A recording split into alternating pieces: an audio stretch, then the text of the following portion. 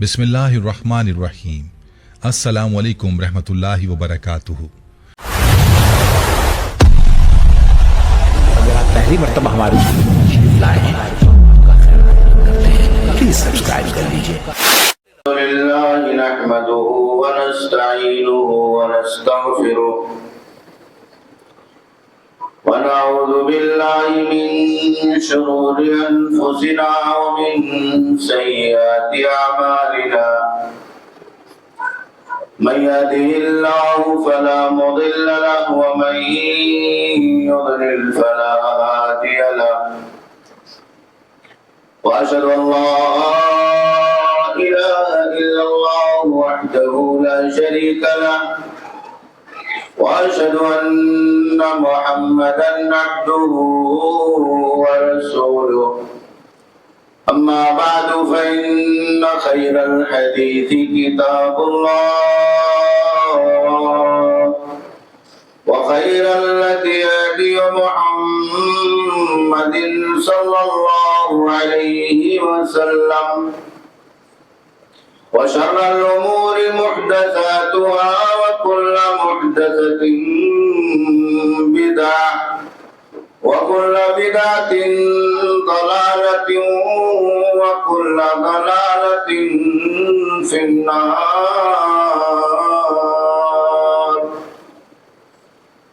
فأعوذ بالله من الشيطان الرجيم بسم الله الرحمن الرحيم قاف والقرآن المجيد بل عجبوا أن جاءهم منذر منهم فقال الكافرون هذا شيء عجيب أإذا متنا وكنا ترابا ذلك رجع بعيد قد علمنا ما تنقص الأرض منهم وعندنا كتاب حفيظ بل كذبوا بالحق لما جاءهم فهم في أمر مريج أفلم ينظروا إلى السماء فوقهم كيف بنيناها وزيناها وما لها من فروج والأرض مددناها وألقينا فيها رواسي وأنبتنا فيها من كل زوج بهيج تبصرة وذكرى لكل عبد منيب وقال تبارك وتعالى في مقام آخر إن الله يأمركم أن تؤدوا الأمانات إلى أهلها وإذا حكمتم بين الناس أن تحكموا بالعدل إن الله نعم ما يعظكم به إن الله كان سميعا بصيرا۔ اللہ حکم الحاکمین جس نے ہمیں اور آپ کو اس کائنات میں زندگی گزارنے کی تمام نعمتیں اور اس کے لیے تمام تر سامان عائش فراہم کیا ہے، اولاد، صحت و عافیت، مال و دولت، اور اس کے علاوہ سب سے بڑی اور قیمتی نعمت ایمان کی، اسلام کی اور اللہ رب العالمین کی معرفت اور اس کی نعمت ہمیں اور آپ کو جو ملی ہے، اس پر ہم اور آپ اللہ رب العالمین کی جتنی بھی عبادت کریں، شکر گزاری بجا لائیں، حمد و ثنا، تسبیح و تحلیل بیان کریں، یہ اللہ رب العالمین کی ان تمام نعمتوں کے مقابلے میں بہت ہی کم ہے۔ اللہ رب العالمین کی بے شمار حمد و ثنا کے بعد اس کائنات میں بھیجے گئے تمام انبیاء کرام سیدنا آدم علیہ السلام سے لے کر کائنات کے تمام نبیوں اور پیغمبروں پر بالخصوص امام الانبیاء خاتم النبیین رحمت للعالمین سید العرب والعجم محمد عربی محمد رسول اللہ صلی اللہ علیہ وسلم پر اور آپ کے تمام جانثار ساتھیوں پر، صحابہ کرام پر بے شمار درود و سلام نازل ہوں، جنہوں نے دین کے لیے اور اللہ رب العالمین کے دین کی دعوت کے لیے اپنی تمام تر قربانیاں اور جافشانیاں اس کائنات کے اندر پیش کی اور اللہ رب العالمین کا یہ پیغام پوری دنیا کے اندر پہنچایا، اور ہمیں اور آپ کو اس کی بدولت اس دنیا کے اندر اللہ رب العالمین کی یہ نعمت اسلام کی شکل میں، صحیح عقیدہ کی شکل میں اور پیارے نبی جناب محمد رسول اللہ صلی اللہ علیہ وسلم کی سنت اور اس کی اتباع کی شکل میں حاصل ہوئی۔ میرے دینی بھائیوں اور دوستو، خطبہ مسنونہ کے بعد قرآن مجید کی ایک آیت کریمہ آپ حضرات کی خدمت میں پڑھی گئی ہے، جس کے پہلے حصے میں اللہ رب العالمین نے اس بات کا تذکرہ بیان فرمایا ہے کہ اللہ رب العالمین اس بات کا حکم اپنے بندوں کو دیتا ہے کہ انہیں چاہیے کہ اللہ رب العالمین کی طرف سے جو امانتیں اور ذمہ داریاں ان کے اوپر ڈالی گئی ہیں ان کی وہ ادائیگی کریں۔ ان اللہ یامرکم ان تؤدوا الامانات الی اہلھا، اللہ کا یہ حکم ہے کہ اللہ رب العالمین کی طرف سے جو امانتیں انسان کو دی گئی ہیں ان امانتوں کو انسان بڑی ذمہ داری کے ساتھ، بڑی ایمانداری کے ساتھ اور بہت ہی ایمان اور تقوی کی زندگی گزارتے ہوئے اس کائنات کے اندر ادا کرے۔ ہمیں اور آپ کو یہ بات بہت ہی اچھی طریقے سے معلوم ہے کہ اس کائنات میں اللہ رب العالمین نے ہمیں اور آپ کو پیدا فرمایا۔ ہمارا اور آپ کا وجود اس کائنات میں کسی مقصد کے لیے اور اللہ رب العالمین کی طرف سے کسی عظیم مقصد کے لیے ہوا ہے، جس کا تذکرہ بار بار اللہ رب العالمین نے قرآن مجید کے اندر بیان فرمایا ہے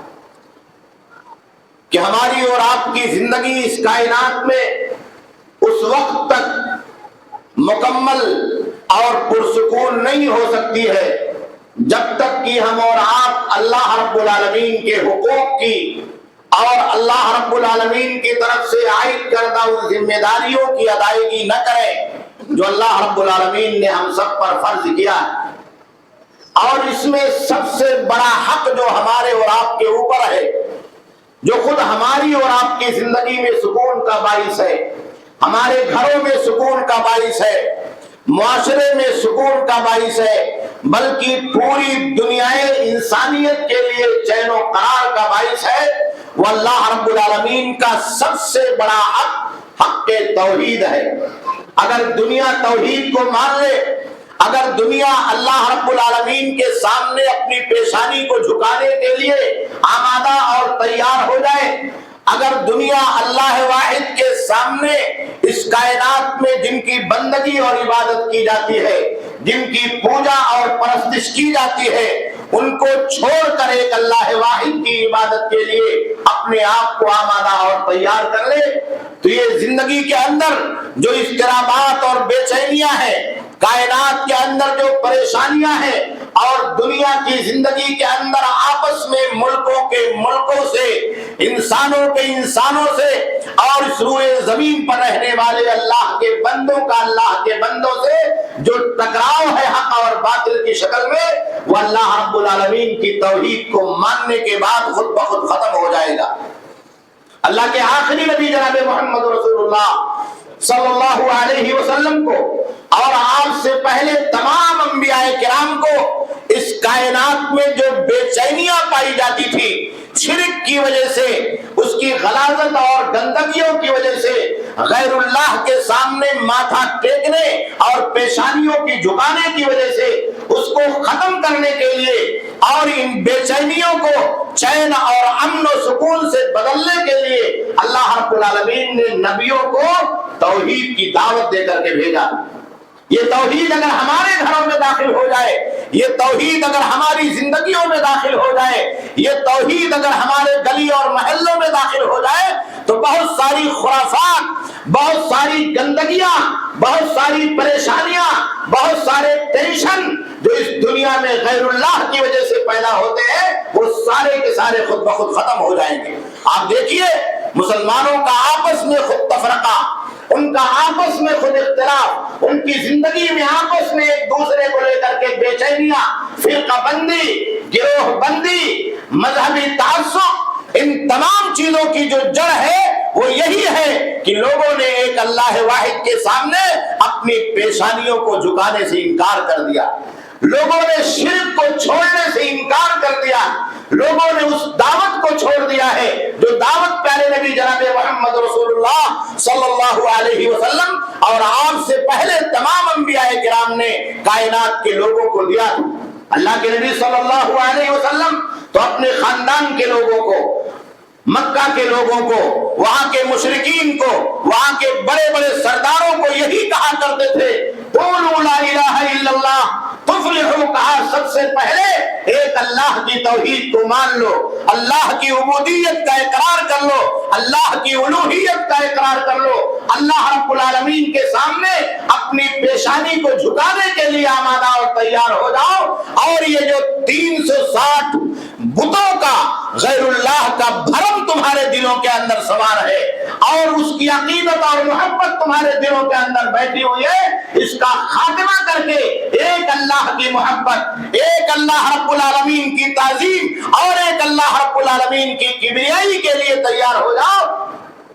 تو یہ دنیا تمہاری مٹھی میں اللہ رب العالمین دے دے گا، اس کائنات کو اللہ رب العالمین تمہارے قبضے میں دے دے گا، اس پر تمہاری تمکنت ہوگی، اس پر تمہاری حکومت ہوگی، اور یہ بساط حیات اللہ رب العالمین تمہارے حوالے کر دے گا۔ لیکن وہ لوگ نہیں مانے جن کو اللہ رب العالمین نے توفیق دی، وہی اللہ رب العالمین کی توحید کو ماننے کے لیے اور پیارے نبی صلی اللہ علیہ وسلم پر ایمان لانے کے لیے آمادہ ہو۔ تو میرے بھائیوں، دنیا کی زندگی کے اندر جو بے چینیاں اور جو پریشانیاں ہیں، اس کا سب سے پہلا اور اولین علاج یہ ہے کہ دنیا کے لوگ توحید کو مان لیں، توحید کی حقیقت کو سمجھ لیں، اس کی سچائیوں کو سمجھ لیں، اور مسلمانوں کے اندر جو مذہبی گروہ ہیں، مسلمانوں کے اندر جو جھگڑے ہیں، مسلمانوں کے اندر جو اختلافات ہیں، مسلمانوں کے اندر جو گروہ بندیاں ہیں، اس کا بھی خاتمہ اور اس کا بھی واحد علاج یہی ہے کہ مسلمان ایک اللہ کی توحید کو اس کی حقیقتوں کے ساتھ، اس کی سچائیوں کے ساتھ اور اللہ رب العالمین کی عبودیت اور بندگی کے تمام مظاہر کے ساتھ اس دنیا کے اندر مان لے۔ اللہ رب العالمین نے اسی امانت کی ادائیگی کا ہمیں اور آپ کو حکم دیا۔ یہ امانت بہت بڑی ہے، اگر ہم نے توحید کو سمجھا اور توحید کی امانت کو اللہ کے بندوں تک نہیں پہنچایا۔ اللہ کے نبی صلی اللہ علیہ وسلم روتے تھے، قوم کے لیے دعا کرتے تھے، مکہ کے قریش کے لیے، مشرکین کے لیے پریشان حال ہوا کرتے تھے، اس وجہ سے کہ وہ توحید کی بات کو ماننے کے لیے تیار نہیں تھے۔ قرآن نے اس کا نقشہ کھینچا ہے کہ لعلک باخع نفسک علی آثارہم، کہا کہ آپ اپنے آپ کو اس وجہ سے ہلاک کرنے کے لیے آمادہ ہیں، اس ٹینشن میں اور اس پریشانی میں کہ لوگ آپ کی بات کو، آپ کی دعوت توحید کو ماننے کے لیے اور سننے کے لیے تیار نہیں۔ اتنی فکر مندی تھی۔ طائف میں آپ جب گئے اور آپ نے توحید کی دعوت، اسلام کی دعوت، ایمان کی بات پیش کی تو لوگوں نے آپ کو مار مار کر کے لہو لہان کر دیا۔ دنیا کی زندگی میں کسی انسان کو ایک اللہ کا کلمہ پڑھنے کی وجہ سے، ایک اللہ کی بندگی کی وجہ سے اور توحید کی دعوت کی وجہ سے اتنا ستایا نہیں گیا۔ ایک شہر سے دوسرے شہر جاتے لوگ چڑھائیاں کر دیا کرتے تھے، تشدد پر آمادہ ہو جاتے تھے، مار پیٹ پر آمادہ ہو جاتے تھے کہ یہ توحید کی آواز کیوں بلند کر رہا ہے، اللہ کا نام کیوں لے رہا۔ میرے بھائی، یہ دھرتی اللہ کی ہے تو نام کس کا لیا جائے گا؟ زمین سے آکاش تک اور آکاش سے لے کر پاتال تک، بحر و بر اور خشک و تر اللہ کی مٹھی میں ہے، اللہ کے قبضہ قدرت میں ہے، تو نام کس کا لیا جائے گا؟ آپ اللہ کا نام لیں، اللہ کی توحید بیان کریں تو دنیا ناراض ہو جاتی ہے، دنیا آپ سے جھگڑا کرنے کے لیے تیار ہو جاتی ہے۔ مکہ کے لوگ اس قدر ناراض ہوئے اسی توحید کی وجہ سے کہ پیارے نبی صلی اللہ علیہ وسلم کو ستایا، آپ کے ساتھیوں کو ستایا۔ حضرت ابو بکر صدیق رضی اللہ تعالیٰ عنہ اسی توحید کی کتاب قرآن مقدس کو اپنے گھر کے اندر پڑھتے، آواز تھوڑا سا کھڑکی سے باہر نکل کر کے، صحن سے باہر نکل کر کے گلی میں چلی جاتی۔ کبھی خاندان کے بچے حضرت ابو بکر صدیق رضی اللہ تعالیٰ عنہ کی اس آواز کو سننے کے لیے دروازے پر آ جاتے تھے کہ سنیں ابو بکر جو امانتوں کا، جو مکہ کے اندر شرافتوں کا، جو خاندان قریش کے اندر اخلاق و کردار کا ایک پیکر مانا جاتا تھا، بچے ان کو آئیڈیل مانتے تھے، عورتیں ان کو آئیڈیل مانتی تھی، جب قرآن پڑھتے تو سننے کے لیے آتی تھی، لیکن دشمنیاں اتنی زیادہ تھی اسی توحید کی وجہ سے کہ انہوں نے حضرت ابو بکر صدیق کے خلاف قرارداد پاس کی کہ اگر یہ توحید کی آواز بلند کرتے ہیں، اگر اپنے گھر میں بھی بند کمرے میں اللہ کے سامنے سجدہ کرتے ہیں، اس کی عبادت کرتے ہیں، تو ان کو کہو کہ یہ نکل جائے، یہ نکل جائے۔ حضرت ابو بکر صدیق رضی اللہ تعالیٰ عنہ ایک دن اپنا بوریا بستر لے کر کے نکل پڑے، مکہ سے باہر چلے گئے، گھر چھوڑ دیا، تالا لگا دیا، اپنے گھر پر ہجرتوں کا راستہ اختیار کر لیا۔ راستے میں گئے تو ایک شریف آدمی، خاندان کا سردار تھا ابن الدغنا، اس سے ملاقات ہوئی۔ اس نے دیکھا کہ ابو بکر خاندان میں شرافت کا پیکر یہ کہاں بوریا بستر لے کر کے نکل پڑے۔ کہا ابو بکر خیریت تو ہے؟ کہاں جا رہے ہیں؟ کہا جا رہا ہوں، اللہ کی زمین بہت کشادہ، ہمارے خاندان کے لوگوں نے میرا جینا دوبھر کر دیا، بند کمرے میں عبادت نہیں کرنا ان کو منظور ہے، گھر کے اندر تلاوت کرنا منظور نہیں ہے، اللہ کی آواز نہیں سننا چاہتے ہیں، اللہ کا نام نہیں سننا چاہتے ہیں، توحید کی بات نہیں کرنا چاہتے ہیں، جا رہا ہوں، اللہ کی زمین بہت کشادہ۔ بہت شرمندہ ہوا، کہا کہ ابو بکر صدیق جیسا شریف النفس آدمی خاندان چھوڑ دے، وہ مکہ سے نکال دیا جائے، مکہ کے لوگ اس کو نکلنے پر مجبور کر دے، ظلم یہاں تک پہنچ جائے کہ بوریا بستر لے کر کے وہ ہجرت پر آمادہ ہو جائے۔ کہا ایسا نہیں ہو سکتا، آپ چلے واپس، میں آپ کو پناہ دیتا ہوں، میں ذمہ داری اور ضمانت لیتا ہوں، گارنٹی دیتا ہوں کہ آج کے بعد سے خاندان کا کوئی آدمی آپ کی عبادت کے راستے میں، اللہ کا نام لینے کے راستے میں روڑا نہیں ڈالے گا۔ مکہ کے لوگ امانتوں کے بڑے پابند ہوتے، عہد و پیمان کے بڑے پابند ہوتے تھے، مشرک تھے۔ جب ابن الدغنا نے عہد و پیمان دے دیا تو آ کر کے خاندان کے جو بڑے لوگ تھے بتا دیا، کہا دیکھو ابو بکر صدیق گھر چھوڑ کر کے جا رہے تھے، میں ان کو واپس لے کر کے آیا ہوں، منع کر کے واپس لے کر کے آیا، یہ شریف آدمی اللہ کی عبادت کر رہے ہیں، تمہیں کیا ٹینشن ہے؟ کہا ٹھیک ہے، تم نے پناہ دیا تو ہم نے بھی پناہ دے دیا، لیکن خطرہ وہی تھا۔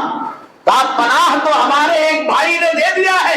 ہمارے ایک سردار نے دے دیا ہے، اور ہم نے اس عہد و پیمان کو قبول کر لیا ہے، اور عربوں کے یہاں یہ کبھی رواج نہیں رہا کہ وہ عہد و پیمان کو توڑ دیا کریں، اس کو بہت بڑی خیانت سمجھتے تھے۔ کہا اگر کسی کے ساتھ عہد و پیمان خاندان کے ایک آدمی نے کر لیا ہے، سماج کے ایک آدمی نے کر لیا ہے، تو سارے لوگ اس عہد و پیمان کی رعایت کرتے تھے، اگرچہ وہ کافر اور مشرک ہی کیوں نہ۔ کہا ٹھیک ہے۔ دوسرے دن ان لوگوں کو ہوش آیا کہ اس توحید کی دعوت کا کیا ہوگا، اس کلام ربانی کا کیا ہوگا، اس کی صدا اور اس کی آواز کا کیا ہوگا جو ابو بکر صدیق اپنے گھر میں قرآن کے پاروں کے ذریعے سے اور اس کی آیتوں کے ذریعے سے گنگناتے۔ ابن الدغنا کو بلایا، کہا جس نے پناہ دیا ہے اس کو بلاؤ۔ کہا بھائی ٹھیک ہے، پناہ تو دے دیا ہے، لیکن صرف ایک شرط منظور کرا لو۔ کہا کیا شرط ہے؟ کہا یہ منظور کرا لو ابو بکر صدیق سے کہ اپنے گھر میں بلند آواز سے قرآن کی تلاوت نہیں کرے۔ کہا کیا ہوا؟ کہا وہ جب قرآن پڑھتے ہیں اپنے گھر کے صحن میں بیٹھ کر کے اور آواز کھڑکی سے باہر آتی ہے تو بچے اور عورتیں گھر سے باہر نکل کر کے قرآن کی آواز کو، کلام پاک کی آواز کو اور توحید کی آواز کو سننے کے لیے ان کے دروازے اور چوکھٹ پر لائن لگا دیتے۔ یہ توحید کا اثر تھا۔ ایسا نہیں تھا کہ اللہ کے نبی صلی اللہ علیہ وسلم کی جو دعوت تھی وہ لوگوں کے دلوں تک نہیں پہنچ رہی تھی، لیکن جو سماجی بندھن تھا، جو تعصب تھا، جو ظلم تھا اور جو انکار تھا، اس کی وجہ سے اللہ اللہ کے نبی صلی اللہ علیہ وسلم اور صحابہ کرام کی باتوں کو سننے کے لیے لوگ ڈرتے تھے، خوف محسوس کرتے تھے۔ آج ہمارے یہاں بھی سماج میں یہی ہے، آپ کسی کو اللہ کی بات بتاؤ، آپ کسی کو توحید کی بات بتاؤ، آپ کسی کو پیارے نبی صلی اللہ علیہ وسلم کی سنت بتاؤ، تو بہت سارے لوگ خوف کے سائے میں جیتے ہیں، بہت سارے لوگ ڈر اور دہشت کے سائے میں جیتے ہیں۔ مذہبی تعصب اتنا لوگوں کے اوپر غالب ہو گیا ہے کہ وہ سوچتے ہیں کہ اگر یہاں نہیں وہاں مسجد میں نماز پڑھنے کے لیے چلا گیا تو پتہ نہیں اس کے دین اور دھرم کا کیا ہوگا۔ مکہ کے لوگوں نے کہا کہ دیکھو ایک شرط منظور کرا لو کہ گھر میں نماز پڑھیں گے، ٹھیک ہے چلے گا، قرآن پڑھیں گے لیکن باہر آواز نہیں آنی چاہیے، تو ہمیں عہد و پیمان منظور۔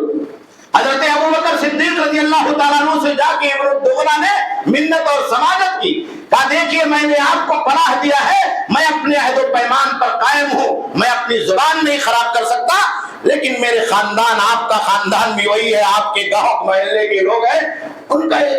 ان کی ایک بات مان لیجیے کہ آپ جو قرآن پڑھتے ہیں وہ پڑھیں گے لیکن بلند آواز میں نہیں پڑھیں گے۔ حضرت ابوبکر صدیق رضی اللہ تعالیٰ عنہ نے تسلیم کر لیا، کہا ٹھیک۔ ایک مہینے تک بند کمرے میں بغیر آواز بلند کیے ہوئے حضرت ابوبکر صدیق رضی اللہ تعالیٰ عنہ نے عبادت کی، قرآن پڑھا، تو انہیں ایسا لگا کہ اللہ نے جو ذمہ داری دی ہے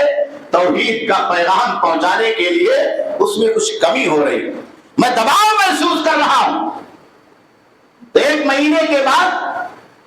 باہر صحن میں نکل گئے، جیسے پہلے قرآن بلند آواز سے پڑھتے، قرآن کی تلاوت کرنے لگے، بڑی پیاری آواز تھی، بڑا سوز تھا حضرت ابوبکر صدیق رضی اللہ تعالیٰ عنہ کی تلاوت میں، پڑھتے تھے تو لوگ کھینچے چلے آتے تھے۔ جب باہر قرآن پڑھنے لگے بلند آواز سے تو پھر بچے آ گئے گھر کے دروازے پر، عورتیں آ گئی محلے کی، لائن لگ گئی،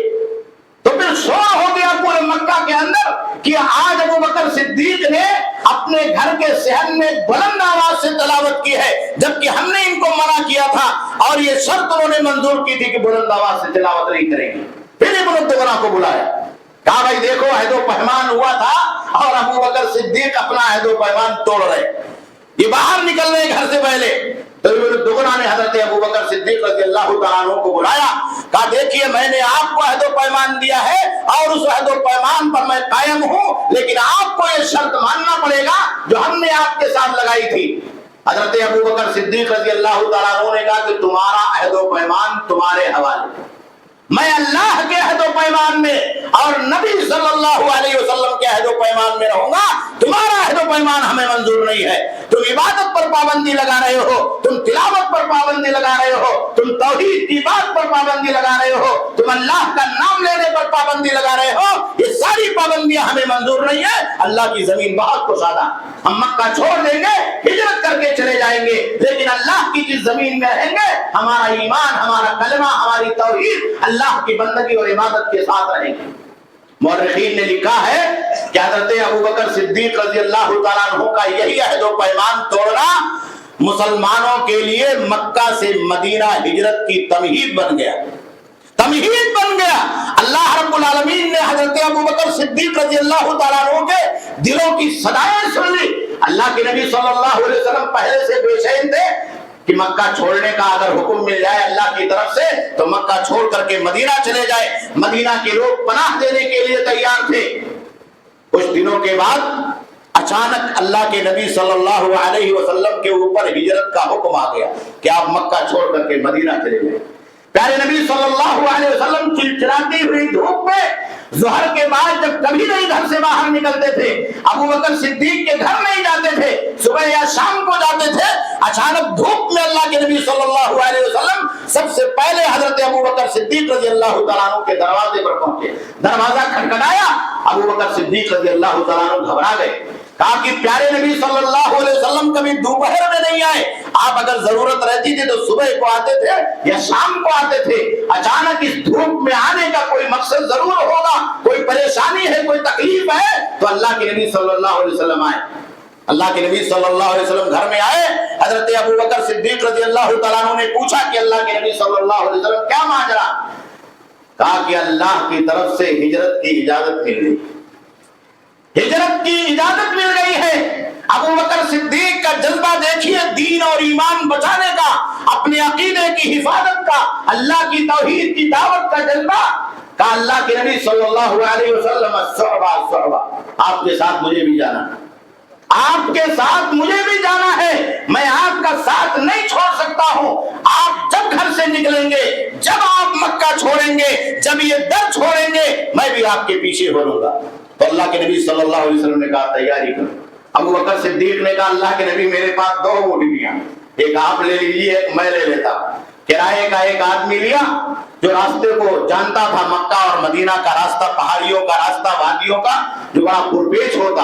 اگر آدمی راستہ بھٹک جائے تو پتہ لگے گا کہ وہ مدینہ کے بجائے ملک یمن پہنچ گیا، مدینہ کے بجائے وہ شام، سیریا اور عراق پہنچ گیا۔ ان پہاڑوں میں راستہ بھٹکنے سے لوگ گھبراتے تھے، تو ایک آدمی کو راستہ بتانے کے لیے کرائے پر اور اجرت پر رکھا، اور پھر اللہ کے نبی صلی اللہ علیہ وسلم نکل گئے۔ تو میرے بھائیوں، کہنے کا مطلب یہ ہے کہ ہماری اور آپ کی زندگی میں جو پریشانیاں ہیں، جو ٹینشن ہے، کائنات میں جو بے چینی ہے، ہمارے گھروں میں جو بے چینی ہے، ہمارے محلوں میں جو بے چینی ہے، مسلمانوں کے دلوں کے اندر جو بے چینی ہے، ہماری صفوں میں جو بے چینی ہے، اس کا علاج یہی ہے کہ دنیا کے لوگ اور ہم اور آپ مل کر کے اللہ کی توحید کو اختیار کر لیں، اللہ رب العالمین کی توحید کو مان لیں، ایمان کا وہ راستہ، سچائی کا وہ راستہ جو اللہ نے اور اللہ کے نبی صلی اللہ علیہ وسلم نے ہمیں اور آپ کو دیا، اس کو تسلیم کر لیں، تو ہماری اور آپ کی زندگی کامیاب ہو جائے گی، اور دنیا کی تمام بے چینیوں سے ہم اور آپ نکل کر کے امن اور سکون کی شاہراہ کے اوپر قائم اور قائم ہو جائیں۔ الذین آمنوا ولم یلبسوا ایمانہم بظلم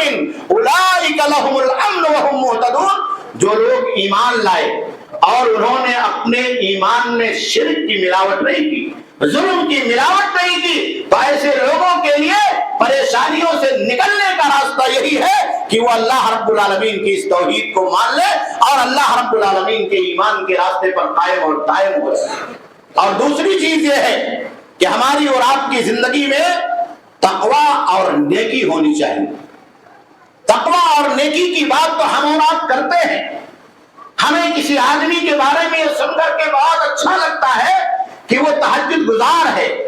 وہ رات میں اٹھ کر کے اللہ رب العالمین کی بارگاہ میں روتا ہے، دعائیں کرتا ہے، نوافل پڑھتا ہے، قیام اللیل کرتا ہے، لیکن ہماری زندگیوں کا کیا حال؟ ہم اس آدمی کو دیکھ کر کے بہت خوش ہوتے ہیں جس کا لباس اچھا ہو، جس کا کپڑا اچھا ہو، جس کی زبان اچھی ہو، جو اللہ کے کلام کو پڑھنے والا ہو، جو نمازوں کی پابندی کرنے والا ہو، جو اللہ رب العالمین کے سامنے اپنا سر جھکانے والا ہو، جو صدقہ اور خیرات کرنے والا ہو، نیکیاں کرنے والا۔ پورا سماج کہتا ہے کہ فلاں آدمی بہت اچھا،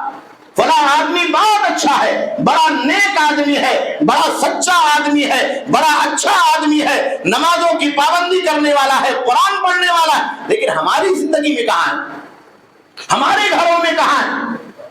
ہمارے گھروں میں کہاں ہے وہ؟ ہمارے دل کے اندر کہاں ہے وہ اسلام اور ایمان، وہ توحید کی برکت، وہ اللہ رب العالمین کی عبادتوں کی برکت، وہ اسلام کی برکت ہمارے اور آپ کے دلوں، ہمارے اور آپ کے گھروں میں کیوں نہیں؟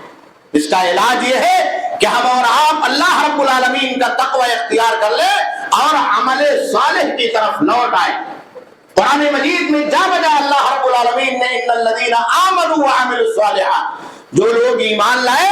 ان کی ذمہ داری کیا ہے؟ ایمان کے بعد نیک عمل کریں، خالی سرٹیفکیٹ نہیں لینا، سند ایمان لے کر کے ہمیں اور آپ کو یہ دعویٰ نہیں کرنا ہے کہ ہم مسلمان ہو گئے، ہم نے اللہ کا کلمہ پڑھ لیا، ہم نے اللہ کی توحید مان لی۔ ہمیں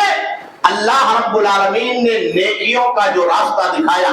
زندگی گزارنے کے لیے کھانے پینے سے لے کر کے اپنے بستر پر سونے تک، اور دنیا کی زندگی میں اللہ کے بندوں کے حقوق سے لے کر کے اپنے بیوی اور بچوں کے حقوق تک، سماج میں رہنے والے غریب سطح تک، ان تمام لاچاروں اور مجبوروں کے حقوق تک جس کو اللہ رب العالمین نے نیکی کی شکل میں اور بھلائی کی شکل میں، خیر کے کام کی شکل میں ہمیں اور آپ کو دیا ہے، یہ اللہ رب العالمین کی طرف سے ہمارے اور آپ کے لیے ایمان کے بعد ایک بہت بڑی ذمہ داری۔ اگر ہم نے عمل صالح کو اختیار کر لیا، تقوی کے راستے کو اختیار کر لیا، سچائی کے راستے کو اختیار کر لیا، نوافل اور عبادتوں کے راستے کو اختیار کر لیا، قرآن کی تلاوت کو اختیار کر لیا، تو میرے بھائیوں میرے دوستوں ہمارا گھر کامیاب ہو جائے گا، ہمارے بچے کامیاب ہو جائیں گے، ہمارا محلہ کامیاب ہو جائے گا، ہمارا سماج کامیاب ہو جائے گا۔ اور زندگی کے اندر ہم نے جو الجھنیں پال رکھی ہیں اور ان الجھنوں نے ہمیں اور آپ کو دنیا کے اندر پھنسا کر کے رکھا ہے، ہمارا ذہن ہمیشہ دنیا کی طرف جاتا ہے، ہمارا ذہن ہمیشہ اس دنیا ہمارے اور آپ کے لیے فائدے مند ثابت ہو سکتی ہے، لیکن اللہ رب العالمین کی بارگاہ میں سوائے خسارہ اور نقصان کے ہمارے اور آپ کے لیے ہمیں اور آپ کو کچھ فائدہ نہیں دے سکتی۔ اس لیے میرے بھائیوں میرے دوستوں ہمیں اور آپ کو وہ جو صفر کی لکیر ہے، زیرو کی وہاں سے نکل کر اپنی زندگی کا آغاز کرنا ہوگا، اپنی زندگی کا آغاز کرنا ہوگا۔ امام بخاری رحمہ اللہ نے ایک بات صحیح بخاری کے اندر ذکر کی ہے، بعض صحابہ کرام کے حوالے سے، کہ آدمی کو دنیا کی زندگی میں اپنا پیمانہ آگے بڑھنے کا کیسے مقرر کرنا چاہیے، ہمارا پیمانہ کیا ہونا چاہیے۔ کہا دنیا میں دو قسم کے لوگ ہیں، ایک وہ آدمی جو مال اور دولت کمانے میں بہت آگے چلا گیا، اب لوگ اس کو دیکھتے ہیں سوچتے ہیں تو سوچتا ہمارے پاس کچھ نہیں، میں بہت محروم آدمی۔ تو امام بخاری رحمہ اللہ نے ذکر فرمایا بعض صحابہ کرام کے حوالے سے کہ ایک مسلمان کو چاہیے کہ دنیا کی زندگی میں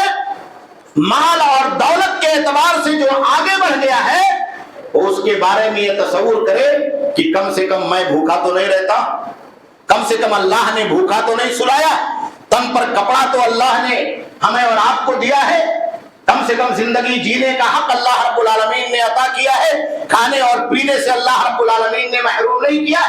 تو آدمی مال اور دولت میں اپنے سے کمتر آدمی کو دیکھے۔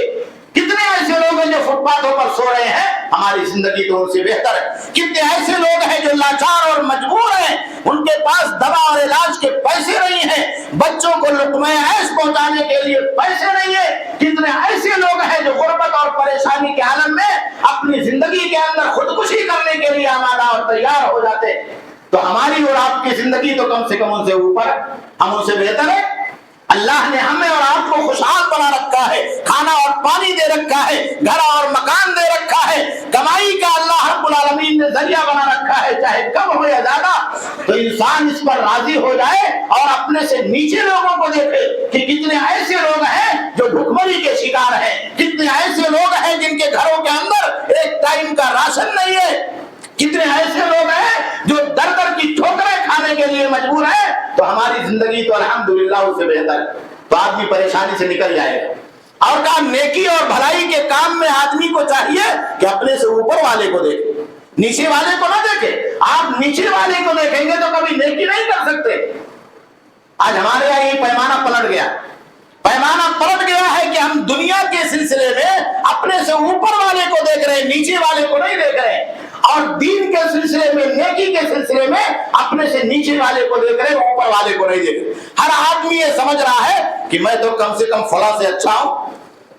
میں تو فلاں سے تھوڑا زیادہ نیک ہوں۔ نہیں، آپ یہ سوچئے کہ فلاں آدمی جو ہمارے محلے میں تہجد گزار ہے، فلاں آدمی جو 5 وقتہ نماز کا پابندی ہے، فلاں آدمی جو اللہ کے کلام کی تلاوت میں لگا ہوا ہے، فلاں آدمی جس کی زبان سچی ہے، فلاں آدمی جو وعدے کا پکا ہے، تو ہم اس تک کیوں نہیں پہنچ رہے؟ ہم کو بھی ویسا بننا، ہم کو بھی رات میں اٹھ کر کے تہجد کی نماز پڑھنی ہے، ہم کو بھی 5 وقتہ نمازوں کی پابندی کرنی ہے، ہم کو بھی قرآن مجید کی تلاوت کرنی ہے۔ تو آپ اوپر دیکھیں گے تو نیکی کے سلسلے میں ہمارا اور آپ کا معاملہ آگے بڑھے گا، اور پیچھے دیکھیں گے تو کبھی بھی ہم دنیا کی زندگی میں کامیاب نہیں ہو سکتے۔ دنیا کے بارے میں آپ کو پیچھے دیکھنا، دین کے سلسلے میں آپ آگے والے کو دیکھیے، تعلیم کے سلسلے میں آگے والے کو دیکھیے، اچھائی کے سلسلے میں آگے والے کو دیکھیے، تو آپ دنیا کی زندگی میں آخرت کے اعتبار سے کامیاب ہو جائیں گے۔ اور تیسری چیز یہ ہے کہ معاشرہ بالمعروف ہونا چاہیے۔ آج جو سماجی ٹینشن ہے گھروں کے اندر، بچوں کے ٹینشن ہے، والدین کے ٹینشن ہے، بیویوں کے ٹینشن ہے، عورتوں کے ٹینشن ہے، ماؤں کے ٹینشن ہے، پڑوسیوں کے ٹینشن ہے، بھائی اور بھائی کے ٹینشن ہے، رشتہ داروں کے ٹینشن ہے، دوست اور دوست کے ٹینشن ہے، تو اس کا واحد علاج یہی ہے کہ معاشرہ بالمعروف، ہم ایک دوسرے کے ساتھ اچھے طریقے سے اسلام کے بتائے ہوئے راستے کے مطابق اخلاق مندی کے ساتھ، محبت کے ساتھ، سماجی ہمدردی کے ساتھ جینے کا عہد و پیمان کر لیں تو ہمارے اور آپ کے گھروں کے ٹینشن ختم ہو جائے۔ آپ دیکھیے آج طلاق کے معاملات کتنے بڑھ رہے ہیں، آج والدین اور بچوں میں بگاڑ کے معاملات کتنے بڑھ رہے ہیں، آج رشتہ داروں میں بگاڑ کے معاملات کتنے بڑھ رہے ہیں، آج پڑوسیوں کا پڑوسیوں سے بگاڑ کا معاملہ کتنا غلط رخ اختیار کر لے رہا ہے۔ اگر ہر آدمی جینے کے لیے معروف طریقے سے اپنے آپ کو پابند عہد کر لے کہ ہم کو بھلائی کے ساتھ جینا، ہم کو اچھائی کے ساتھ جینا ہے، ہم کو سچائی کے ساتھ جینا ہے، ہم کو محبت کے ساتھ جینا ہے، ہم کو ہمدردی کے ساتھ جینا ہے، ہم کو پیار اور الفت کے ساتھ جینا ہے، ہم کو انسانیت کے ساتھ جینا ہے، ہم کو بھائی بھر کر کے جینا ہے، تو یہ دنیا کی زندگی کے اندر جو ذات اور برادری کے جھگڑے ہیں، جو مذہب اور دھرم کے جھگڑے ہیں، جو گھر گھر کے جھگڑے ہیں، جو گلی محلے کے جھگڑے ہیں، مسلمانوں کے آپس میں جھگڑے ہیں، گروہ بندیاں ہیں، اگر آدمی اس کا عہد کر لے تو ان تمام چیزوں کا یکلخت اللہ رب العالمین کی مرضی اور اس کی مشیت سے انشاءاللہ خاتمہ ہو جائے گا۔ لیکن ہم ان چیزوں کو چھوڑنے کے لیے تیار نہیں ہے۔ ہماری سماجی پابندیاں، ہمارے سماجی ریت و رواج، ہمارا سماجی بندھن، ہماری سماجی عادتیں، ہماری گھریلو عادتیں، یہ ساری چیزیں دین اور دھرم کے اوپر ہو جاتی۔ اس لیے میرے بھائیوں، ہم ناکامی کی تحت الثرى میں جا رہے ہیں۔ جہاں اسلام کا معاملہ ہو، پیارے نبی صلی اللہ علیہ وسلم کی سنت کا معاملہ ہو، جہاں توحید کا معاملہ ہو، جہاں قرآن کا معاملہ ہو، جہاں اسلام کی دعوت کا معاملہ ہو، جہاں اللہ رب العالمین کے کلمے کو بلند کرنے کا معاملہ ہو، تو ہمیں اور آپ کو چاہیے کہ اسلام سے جڑ جائے، اسلام کی توحید سے جڑ جائے، پیارے نبی صلی اللہ علیہ وسلم کی سنت سے جڑ جائے۔ ہمارے گھروں میں جو ریت و رواج ہے، ہمارے معاشرے کے اندر جو بندھنے ہیں، ان بندھنوں سے نکل کر کے ہم اسلام کی دعوت کو پہنچانے کے لیے، توحید کی دعوت کو پہنچانے کے لیے، اللہ کا پیغام پہنچانے کے لیے اور پیارے نبی صلی اللہ علیہ وسلم کا لایا ہوا پیام محبت اور انسانیت دنیا کے لوگوں تک پہنچانے کے لیے اپنے آپ کو آمادہ اور تیار کر لے، تو اس بات کی گارنٹی اور ضمانت ہے کہ دنیا صحیح اسلام کو دیکھ لے گی، صحیح اسلام کا چہرہ پڑھ لے گی اور سچائیوں کو جان لے گی۔ سچائیوں کو بتانا بہت ضروری ہے۔ آج بہت سارے لوگ پروپیگنڈے کے شکار ہیں اسلام کے بارے میں، قرآن کے بارے میں، ہمارے آخری نبی جناب محمد رسول اللہ صلی اللہ علیہ وسلم کے بارے میں کہ سچائی کیا ہے۔ وہ سمجھتے ہیں کہ دنیا کے اندر جیسے ہم چل رہے ہیں ویسے اسلام مذہب بھی کوئی ایسا مذہب ہے، کوئی زندگی جینے کا ریت و رواج ہے، کوئی عادت ہے، کوئی بندھن ہے جس کو مسلمان لے کر کے چل رہے ہیں۔ نہیں میرے بھائیوں، یہ ایک آفاقی نظام ہے، دنیا کے لوگوں کو نجات دینے کا راستہ ہے، دنیاوی زندگی کے اندر ظلم سے، ناانصافی سے، کفر اور شرک سے بچانے کا راستہ ہے، دنیا میں غیر اللہ کی عبودیت اور بندگی اور طاقتور کی طاقتور اور اس کی خدائی سے بچانے کا راستہ اللہ رب العالمین کا یہ دین اور اللہ رب العالمین کا یہ پیغام توحید۔ اس لیے میرے بھائیوں، میرے دوستوں، ہر مسلمان کو توحید کی ذمہ داری نبھانا۔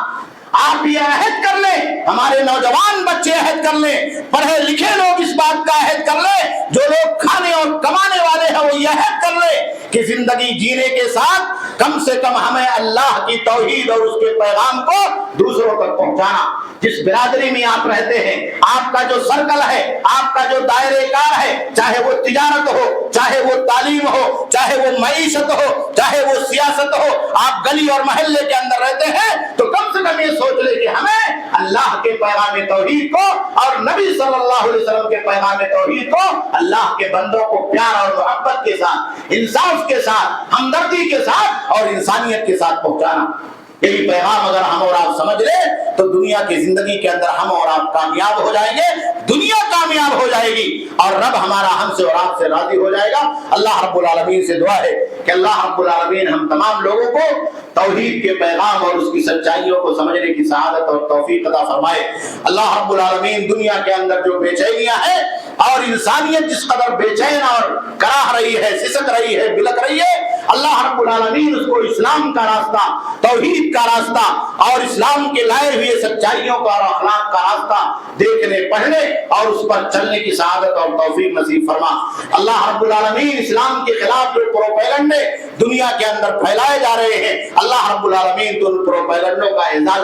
ازالہ فرما دے اور اس کا خاتمہ فرما دے۔ بار الہ ہمارے ایمان کی حفاظت فرما دے۔ اللہ رب العالمین ہمارے جان مال عزت و آبرو کی حفاظت فرما دے۔ اللہ رب العالمین ہم تمام لوگوں کو توحید کی سچائی سمجھنے، اس پر عمل کرنے اور اللہ کے بندوں تک اللہ رب العالمین کا یہ پیغام پہنچانے کی سعادت اور توفیق عطا فرما۔ بار الہ قبلہ اول بیت المقدس کی حفاظت فرما۔ اللہ رب العالمین غزہ، فلسطین، سوریہ اور شام کے مظلوم مسلمانوں کی حفاظت فرما۔ اللہ رب العالمین وہ لوگ جو دنیا کی زندگی میں ایمان کے راستے پر قائم اور دائم ہیں، ان کے جان مال عزت و آبرو اور ان کے گھر اور بچوں کی حفاظت فرما۔ اللہ رب العالمین حرمین شریفین کی حفاظت فرما۔ اللہ رب العالمین حرمین شریفین کو سازش کرنے والوں کی سازشوں سے محفوظ فرما۔ بار الہ ہمیں شرک سے محفوظ فرما دے، ہمیں کفر سے محفوظ فرما دے۔ دنیا کے اندر جو بے چینیاں ہیں اللہ رب العالمین اس کو توحید کے ذریعے سے اسلام کی محبت اور امن و آشتی کے اندر تبدیل فرما دے۔ اللہ رب العالمین شیطان کے وسوسوں سے محفوظ فرما دے۔ اللہ رب العالمین نفس کی برائیوں سے محفوظ فرما دے۔ اللہ رب العالمین گناہ کی جگہوں سے محفوظ فرما دے۔ اللہ رب العالمین ہم تمام لوگوں کو بری صحبتوں سے، بری مجلسوں سے، ہمارے نوجوان بچوں کو بری عادتوں سے محفوظ فرما دے۔ اللہ رب العالمین ہمارے ایمان کی حفاظت فرما، ہمیں ایک بنا دے، نیک بنا دے، نیکی کے راستے پر چلنے کی سعادت اور توفیق عطا فرما۔ ربنا تقبل منا انک انت السمیع